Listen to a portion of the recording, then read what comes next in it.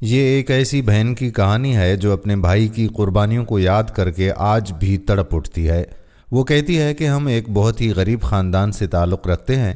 ہمارا گاؤں پہاڑوں کے دامن میں گھرا ہوا تھا جہاں زندگی بہت مشکل تھی۔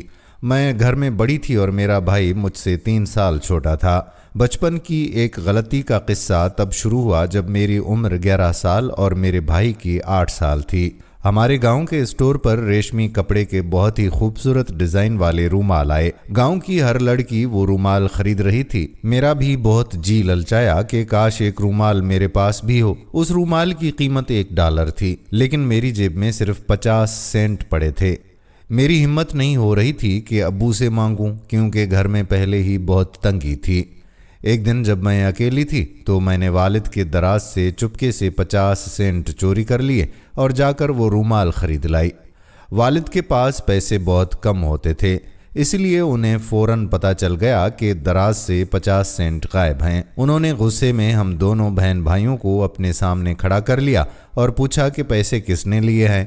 وہ کہتی ہیں کہ اس وقت میرا برا حال تھا، ایسا لگ رہا تھا جیسے جسم سے جان نکل گئی ہو اور خون خشک ہو گیا ہو۔ میں ڈر کے مارے خاموش کھڑی رہی اور میرا رنگ پیلا پڑ گیا۔ والد نے بھائی سے پوچھا، اس نے انکار کر دیا۔ پھر والد نے غصے میں کہا کہ چوری کرنا بہت بری عادت ہے، میں نہیں چاہتا کہ میرا کوئی بچہ چور بنے۔ اگر کسی نے اعتراف نہ کیا تو میں تم دونوں کو سخت سزا دوں گا۔ والد کا غصہ دیکھ کر میرا خوف بڑھتا جا رہا تھا۔ تبھی میرے چھوٹے بھائی نے میرے چہرے کی طرف دیکھا۔ اسے اندازہ ہو گیا کہ یہ کام باجی کا ہے، کیونکہ اس نے میرا نیا رومال دیکھ لیا تھا۔ جب والد نے دوبارہ سزا کی دھمکی دی تو میرے معصوم بھائی نے آگے بڑھ کر ابو کا ہاتھ پکڑ لیا اور کہا کہ ابو، یہ چوری میں نے کی ہے۔ بھائی نے یہ جھوٹ صرف اس لیے بولا کیونکہ اسے پتا تھا کہ والد اب کسی نہ کسی کو تو پیٹیں گے، اور وہ نہیں چاہتا تھا کہ اس کی بڑی بہن کو مار پڑے۔ والد کا سارا غصہ بھائی پر نکل گیا۔ انہوں نے اسے خوب مارا اور ذلیل کیا۔ بھائی خاموشی سے سب برداشت کرتا رہا۔ رات کو جب ہم اپنے کمرے میں الگ الگ بیڈ پر لیٹے تھے تو میں پچھتاوے کی وجہ سے رو رہی تھی کہ قصور میرا تھا اور مار میرے معصوم بھائی نے کھائی۔ جب میری سسکیوں کی آواز نکلی تو بھائی اندھیرے میں اٹھ کر میرے پاس آیا، میرے منہ پر ہاتھ رکھا اور میرا نام لے کر بولا کہ باجی، جو ہونا تھا وہ ہو گیا، اب رو کر بات کو لمبا نہ کریں۔ میں حیران تھی کہ 8 سال کا بچہ کتنی بڑی سوچ رکھتا ہے۔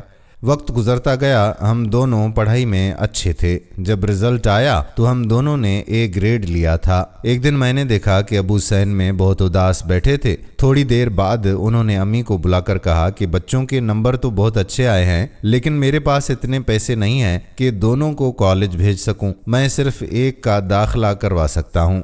ابو گاؤں بھر میں دوستوں کے پاس ادھار لینے گئے، لیکن کوئی انتظام نہ ہوا۔ جب ابو نے گھر آ کر کہا کہ وہ صرف ایک کو پڑھا سکتے ہیں تو بھائی فوراً بولا کہ ابو، آپ باجی کو کالج بھیج دیں، یہ پڑھ لکھ جائے گی تو اس کا رشتہ بھی کسی اچھے گھر میں ہو جائے گا۔ ابو کو اس بات پر غصہ آ گیا۔ انہوں نے اسے ڈانٹا کہ تم مرد ہو کر پڑھائی سے جان چھڑا رہے ہو، تم بزدل اور سست ہو۔ بھائی خاموش رہا۔ اس رات بھائی نے خاموشی سے اپنا سامان باندھا اور میرے تکیے کے پاس ایک خط لکھ کر چھوڑ دیا، جس میں لکھا تھا کہ میں اب 17 سال کا ہو گیا ہوں اور مزدوری کر سکتا ہوں۔ میں گھر چھوڑ کر جا رہا ہوں تاکہ ابو کو مجبوراً آپ کا داخلہ کروانا پڑے۔ آپ دل لگا کر پڑھنا۔ وہ انہی کپڑوں میں گھر سے نکل گیا جو اس نے پہنے ہوئے تھے۔ والد کے پاس اب کوئی راستہ نہیں تھا، اس لیے انہوں نے میرا داخلہ یونیورسٹی میں کروا دیا۔ بھائی شہر کی ایک کنسٹرکشن کمپنی میں مزدور بن گیا۔ کئی سال گزر گئے۔ ایک دن میرے روم میٹ نے بتایا کہ ہاسٹل کے باہر ایک دیہاتی سا لڑکا کھڑا ہے جو تم سے ملنا چاہتا ہے۔ باہر سخت سردی تھی۔ میں جب باہر گئی تو دیکھا کہ میرا بھائی وہاں کھڑا سردی سے کانپ رہا تھا۔ اس کے کپڑوں پر مٹی اور سیمنٹ لگا ہوا تھا۔ میں نے روتے ہوئے کہا کہ تم نے یہ کیوں نہیں بتایا کہ تم میرے بھائی ہو؟ اس نے جواب دیا کہ باجی، میری حالت بہت بری تھی، اگر میں بتاتا کہ میں آپ کا بھائی ہوں تو آپ کی کلاس فیلوز کے سامنے آپ کی کیا عزت رہتی، اس لیے میں نے صرف یہ کہا کہ میں آپ کا گاؤں کا رہنے والا ہوں۔ بھائی نے اپنی جیب سے ایک بہت خوبصورت بٹر فلائی والا ہیئر کلپ نکالا اور کہا کہ میں نے دیکھا تھا شہر کی لڑکیاں ایسا کلپ لگاتی ہیں، میں تمہارے لیے تحفہ لایا ہوں۔ اس وقت میری عمر 27 سال اور اس کی 24 سال تھی۔ اس نے مجھے تاکید کی کہ پیسوں کی فکر نہ کرنا، میں اور ابو مل کر تمہارے خرچے پورے کریں گے، بس تم اپنی تعلیم مکمل کرو۔ یونیورسٹی کے بعد میری شادی ایک پڑھے لکھے لڑکے سے ہو گئی جو اتفاق سے اسی کمپنی میں ڈائریکٹر لگ گیا جہاں بھائی مزدور تھا۔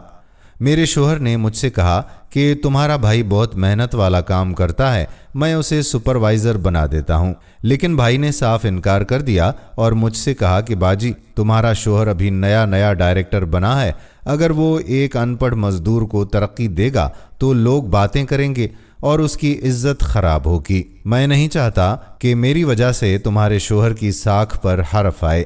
ایک بار وہ کام کے دوران بلندی سے گرا اور زخمی ہو گیا، تب بھی اس نے اپنی ضد نہ چھوڑی اور محنت مزدوری ہی کرتا رہا۔ جب بھائی 30 سال کا ہوا تو اس کی شادی ہوئی اور پورے گاؤں کے لوگ جمع تھے۔ محفل کے دوران ایک بندے نے بھائی سے پوچھا کہ تمہیں دنیا میں سب سے زیادہ محبت کس سے ہے؟ بھائی نے سب کے سامنے کہا کہ مجھے اپنی بہن سے سب سے زیادہ محبت ہے۔ جب وجہ پوچھی گئی تو اس نے ایک پرانا قصہ سنایا۔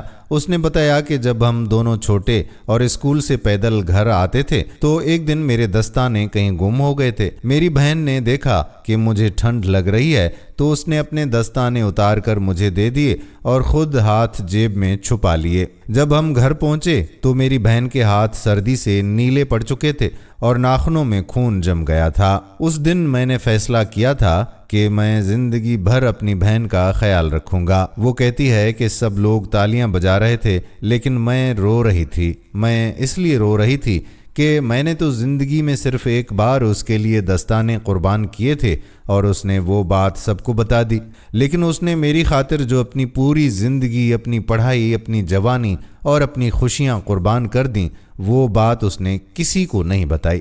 دوستو، اللہ تعالیٰ نے بھائیوں کو بہت بڑا دل دیا ہوتا ہے۔ وہ اپنی بہنوں کے لیے بالکل ویسے ہی ہوتے ہیں جیسے ایک باپ اپنی بیٹی کے لیے۔ اللہ ہر بہن کو ایسا ہی محبت کرنے والا اور محافظ بھائی عطا فرمائے، آمین۔